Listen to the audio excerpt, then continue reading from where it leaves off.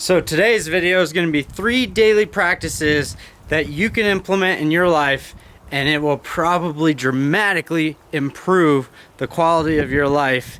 I implemented these 3 things and it makes a huge difference. And if I don't do them on a daily basis, I can tell. In order to keep this video interesting, I'm going to be kind of moving around different areas of the property and doing these crazy camera tricks because that keeps it interesting. And you know, like yeah, I'm just gonna do the camera tricks. I'm also gonna have Creasy help me with this video. So first thing, and if you followed me or know me, you know that I am a huge proponent of gratitude. Daily practice number 1 is gratitude. Studies actually show that if you take the time to write 3 things down that you're grateful for every single day, it'll actually rewire your brain to be happier and to think more positively. And this is something that you do every single day, regardless of if things are going well or things are going bad. You always take the time to write down the little things, like the fact that you have hands, or that you have a smartphone and internet to even be watching this video. There are countless amount of things that you can find that you could be grateful for, and you find the things that you're truly grateful for. You don't want to like BS yourself, like actually do it to the point that you feel, wow, I am truly grateful for these little tiny things. What this practice really did for me is even when I'm going through something that's crappy or not an ideal situation, I always look for the positive. I can take a deep breath of air and just be so grateful that I'm even capable of taking that breath of air. Or like today, one of them was I went on a run, and the fact that I have legs and the ability to go on a run. I spent several months in a wheelchair, and it is something that I think we all take for granted. The fact that we can walk, the fact that we have 2 legs. So just being grateful sets me up to be super appreciative of everything and all the things that are in my life. The second daily practice is meditate. Now, I can't tell you how many times I've heard, well, I can't quiet my mind, or it's too difficult, I can't shut my thoughts off. And if that sounds like you, that means you need to do it even more. So what you're trying to accomplish with meditating is activating the parasympathetic nervous system. The parasympathetic nervous system is part of the autonomic nervous system, which is responsible for all the autonomous things that happen in your body. We're usually in a state of fight or flight, and we're constantly worried about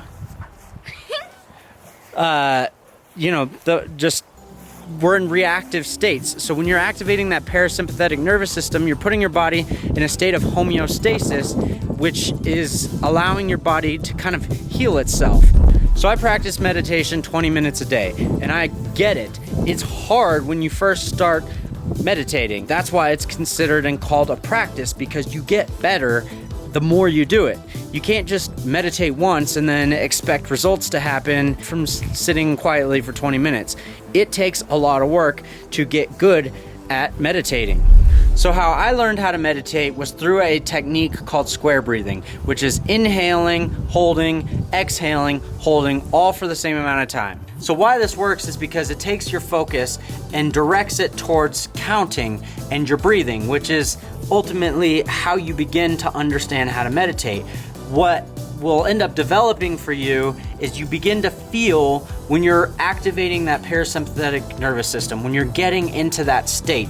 And then at that point, you can kind of play with it and figure out the things that help you get into that state faster. There are so many techniques, meditative techniques, and there are different types of meditations. People use mantras. There's an infinite amount of things that you can research and figure it out, but that particular technique is what helped me stumble into meditation.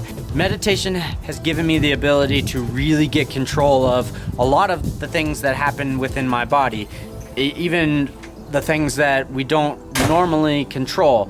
And Wim Hof, for example, who is a guy who has the ability to control and regulate his body temperature and has done things that are mind-blowing in the cold because he uses meditation and meditative techniques and breathing techniques to get control of that. So if you really want to have mastery over yourself, your body, and your mind, meditation is the way to get to that. Daily practice number 3, get all electronics out of your bedroom.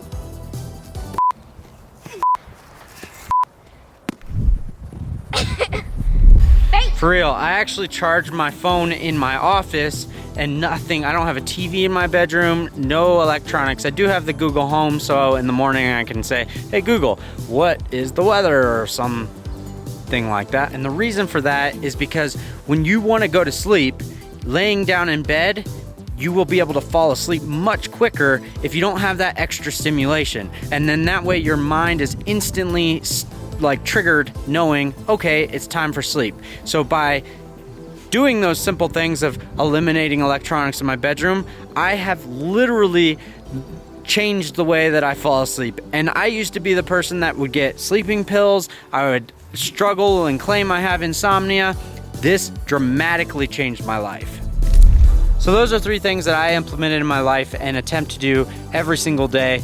I'm not gonna lie, I'm human and there are days that I don't get them accomplished, but I think having the goal to do something like that every single day, and it becomes a practice and it becomes second nature, and those things will dramatically change your life. They dramatically changed mine, and I hope they help.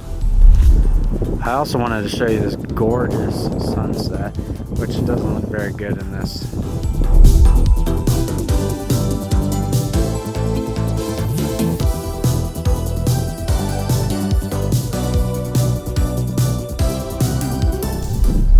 I think I hit the ball too hard.